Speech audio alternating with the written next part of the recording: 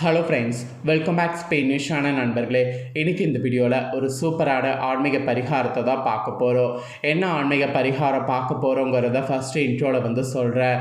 Actually ஒரு அதிசக்தி வாய்ந்த நாள் தற்போது வர இருக்குது. அது என்னைக்கின்னு பார்த்தீங்கன்னா மே 1. ஆமாங்க, 2026 4வது மாதமான ஏப்ரல் மாதம் முடிந்து 5வது மாதமான மே மாதம் ஸ்டார்ட் ஆக இருக்குது. ஸ்டார்ட் ஆகக்கூடிய மே 1 பார்த்திங்கன்னு வச்சுக்கோங்களேன், ஒரு சாதாரண நாள் கிடையாது, மிகவும் அற்புதமான நாள். ஸோ அன்னைக்கு என்ன ஸ்பெஷல்னு பார்த்தீங்கன்னா, அன்னைக்கு பௌர்ணமியானது வருது. வரக்கூடிய பௌர்ணமி சாதாரண பௌர்ணமி கிடையாது, முதல் தமிழ் மாதத்தில் வரக்கூடிய பௌர்ணமி. அது மட்டும் ஸ்பெஷல் கிடையாது, இந்த பௌர்ணமி சித்திர மாதத்தில் வருது. சித்திர மாதத்தில் வரக்கூடிய பௌர்ணமி தான் சித்ரா பௌர்ணமி என்று அழைக்கப்படுது. மற்ற மாதங்களில் பௌர்ணமி வந்தாலும் இந்த சித்திர மாதத்தில் வரக்கூடிய பௌர்ணமி தான் பெரும் பௌர்ணமி என்று அழைக்கப்படுது. இந்த ஒரு பௌர்ணமி அன்னைக்கு எல்லா கோவில்கள்லையுமே அவ்வளோ கூட்டம் இருக்கும். இன்ஃபேக்ட் திருவண்ணாமலையில் மற்ற பௌர்ணமியில் கிரிவலம் வருவதை காட்டிலும் சித்ரா பௌர்ணமி அன்னைக்கு லட்சக்கணக்கான பக்தர்கள் கிரிவலம் வருவாங்க. அந்த அளவுக்கு ஒரு சிறப்பான பௌர்ணமி தான் சித்ரா பௌர்ணமி. அப்பேற்பட்ட சித்ரா பௌர்ணமி செல்வம் வள தரக்கூடிய பௌர்ணமி என்று கருதப்படுது. அதனால் இந்த சித்ரா பௌர்ணமி அன்னைக்கு சித்திரகுப்தரை வணங்கி இந்த ஒரு தானம் செய்தால் ஆயுள் அதிகரிக்கும். ஏன் இந்த பௌர்ணமி சிறப்பு, இந்த பௌர்ணமியில் ஏன் சித்திரகுப்தரை வழிபாடு செய்யணும் அப்படிங்கிற ஆன்மீக தகவல்களை தான் இந்த வீடியோவில் சொல்ல போகிறேன். இந்த தகவல்கள் கேட்குறதுக்கு ரொம்ப இன்ட்ரெஸ்டாக இருக்கும். அதை விட இந்த தகவல்கள் நம்ம வாழ்க்கையில் நடைமுறைப்படுத்தினா நம்ம வாழ்க்கையில் செல்வ வளம் கிடைக்கும், அதனால் ஆயுளும் அதிகரிக்கும். அதனால் சித்திரகுப்தரை வணங்கி இந்த நாளில் என்ன தானம் செய்யணுங்கிறத வாங்க பார்க்கலாம். இந்த டைம் சித்ரா பௌர்ணமி தமிழ் மாதத்தில் சித்திரை 18ஆம் நாள் வெள்ளிக்கிழமை அன்னைக்கு வருது. கரெக்டாக மே 1 தொழிலாளர் தினம் அன்னைக்கு பார்த்திங்கன்னு வச்சுக்கோங்களேன், இந்த பௌர்ணமி வருது. அன்னைக்கு தான் புத்த பூர்ணிமா, அதோடு கள்ளழகர் வைகை ஆற்றுல இறங்கக்கூடிய வைபவம். இந்த ஒரு நாளில் பலவிதமான சிறப்புகள் நடக்குது. அதோடு நம்ம சித்திரகுப்தரை வணங்கி தானம் செய்தால் ஆயுள் அதிகரிக்கும். சரி, என்ன தானம் செய்யணும், எப்படி வழிபாடு செய்யணும் அப்படிங்கிறத வாங்க இப்போ இந்த வீடியோவில் அதிரடியாக பார்க்கலாம். சித்ரா பௌர்ணமி நாள் அப்படிங்கிறது சாதாரண நாள் கிடையாது. இந்த நாளில் விரதம் இருந்து சிவபெருமான வேண்டிக் கொண்டால் நினைத்தது எதுவாக இருந்தாலும் நிறைவேறும். ஆயுளை அதிகரிக்க செய்யக்கூடிய ஆற்றல் இந்த விரதத்திற்கு உண்டு. அதனால தான் மற்ற பௌர்ணமியை விட இந்த பௌர்ணமி சிறப்பான பௌர்ணமி என்று குறிப்பிடப்படுது. மேலும் மன அமைதியையும் மகிழ்ச்சியும் நிலவ செய்யும் இந்த பௌர்ணமி, வறுமையை அகல செய்யும் இந்த பௌர்ணமி. இந்த பௌர்ணமி அந்த அளவுக்கு ஒரு சிறப்பான பௌர்ணமி.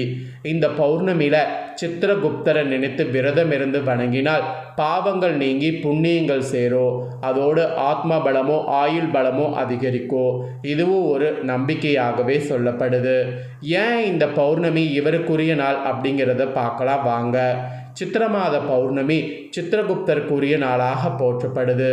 ஏன்னு பார்த்தீங்கன்னா, அன்று தான் அவருடைய அவதார தினம். மனிதர்களுடைய பாவ புண்ணிய கணக்குகளை மிக துல்லியமாக எழுதக்கூடிய பணியை வெகு சிறப்பாக செய்து வருபவர் சித்திரகுப்தர். அவர் அவதரித்த நாள் இது என்பதால் தான் இந்த நாள் இவருக்குரிய நாளாகவும் இவரை வழிபாடு செய்கிறதுக்கு சிறப்பு வாய்ந்த நாளாகவும் போற்றப்படுது. ஸோ நமக்கு எப்படி பர்த்டே ரொம்ப ஸ்பெஷலோ அதுபோல் இவருடைய பிறந்த நாள் பார்த்திங்கன்னு வச்சுக்கோங்களேன், ஆன்மீகத்தில் ஜோதிடத்தில் ரொம்ப ஸ்பெஷல் தான்.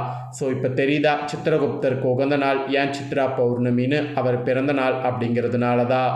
ஜோதிட ரீதியாக சூரியன் மேசத்தில் உச்சம் பெற்று நேரெதிரில் சந்திரன் சம உச்ச வீடான துலாத்தில் சந்திரன் சித்திர நட்சத்திரத்தில் சஞ்சரிக்கக்கூடிய பௌர்ணமி திதி தான் இப்போ வரும்.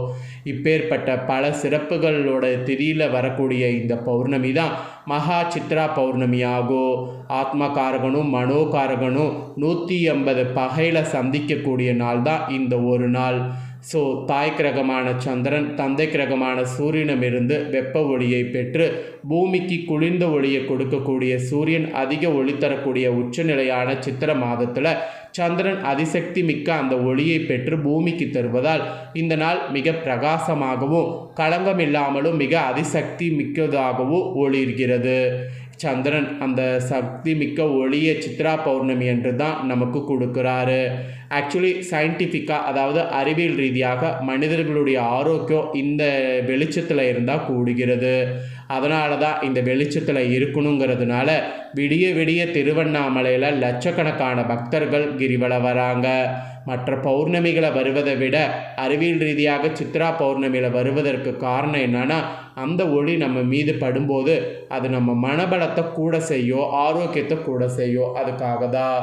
அப்புறம் இந்திரன் கூட பார்த்தீங்கன்னு வச்சுக்கோங்களேன், பாவ விமோசனம் வேண்டி அனைத்து சிவத்தலங்களையும் சென்று வணங்கி வரக்கூடிய நிலையில் மதுரை சொக்கநாதரை தரிசித்து பாவ விமோசனம் பெற்ற புண்ணிய நாளும் சித்ரா பௌர்ணமி நாள் தான். மதுரையில் வைகை கரையில் கள்ளழகர்கள் எழுந்தறிய நாளும் சித்ரா பௌர்ணமி தான். இந்த மாதிரி புராண ரீதியாக பார்க்கும்போது சித்ரா பௌர்ணமியில் தெய்வீக சார்ந்த விஷயங்கள் நிறையவே நடந்திருக்கு. சித்ரா பௌர்ணமி நாளில் பாவ புண்ணிய கணக்கு எழுதக்கூடிய சித்திரகுப்தரை அதனால் நாம் வழிபாடு செய்வதன் மூலம் நமக்கு மனசக்தி கூடி பலம் பெறக்கூடிய மாதிரி ஒரு சூழ்நிலை ஏற்படும். இந்த நாளில் மனதை நம்மளை செம்மப்படுத்துவதற்கு சித்திரகுப்தரர் கண்டிப்பாக ஒரு நல்ல வழியை செய்வார். நிலவு ஒளியில் குடும்பம் உறவுகள் இணைந்து உண்டு மகிழ்வதால் மனமகிழ்வு, ஆரோக்கியம், ஆத்ம பலம் கூடும். அதனால் இந்த ஒரு நாளில் நீங்கள் நிலவுடைய வெளிச்சத்தில் சாப்பிட்ற மாதிரி ட்ரை பண்ணுங்கள். அப்புறம் நவக்கிரக கேதுவின் தேவதை சித்திரகுப்தர். எனவே கேதுவின் தோசைகள் தடைகள் இருக்கக்கூடியவங்க குழப்பங்கள் தீர, கடன் பிரச்சனைகள் தீர இந்த நாளில் அவரை கண்டிப்பாக வழிபாடு செய்யணும். அதோடு சிவ வழிபாடு, கிரிவலம், நவக்கிரக தோஷங்கள், பாவ விமோசனம் நீங்கிற மாதிரி உதவியாக இருக்கும்.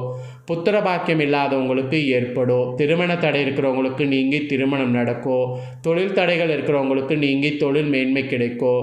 ஸோ இந்த மாதிரி பல விசேஷங்கள் நமக்கு நன்மையாக இருக்கும்.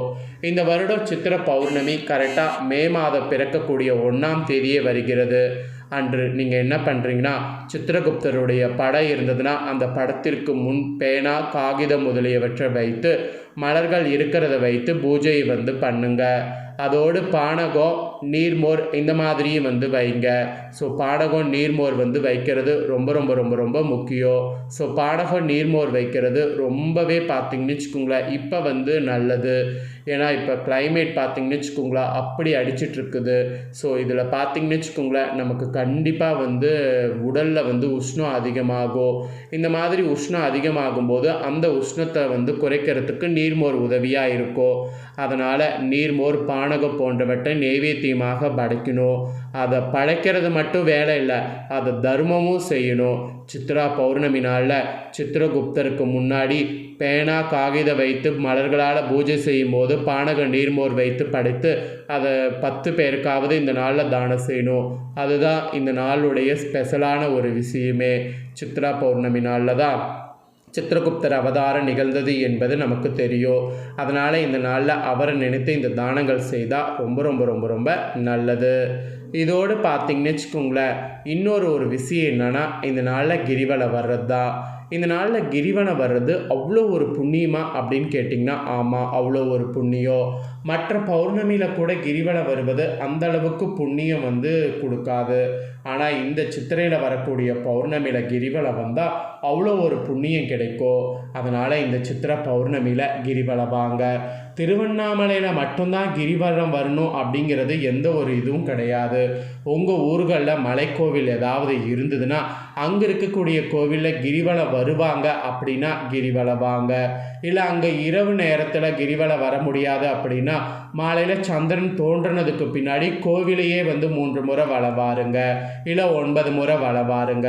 அந்த மாதிரி வள வந்தீங்கன்னாவே அது நீங்கள் கிரிவலம் வந்ததுக்கான பலனை கொடுக்கும். திரும்பவும் சொல்கிறேன், இந்த கிரிவலம் வர்றது உடலில் ஒரு வகையான ஒரு இதை உங்களுக்கு உருவாக்கும், ஒரு சக்தியை உருவாக்கும்.